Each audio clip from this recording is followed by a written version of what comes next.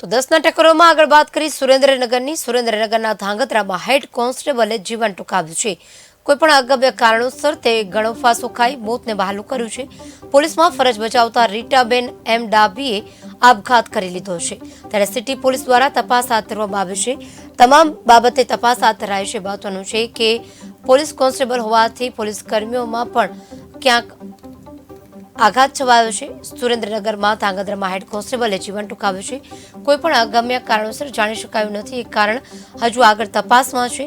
ગળે ફાંસો ખાઈ મોતને વહાલું કર્યું છે. કયા કારણોસર તેમને પોતાનું જીવન ટૂંકાવ્યું છે, સમગ્ર દિશામાં તપાસ હાથ ધરાઈ છે. પોલીસમાં ફરજ બજાવતા હતા રીટાબેન એમ ડાભી. ત્યારે પોલીસ તંત્રમાં પણ શોકનો માહોલ છવાયો છે.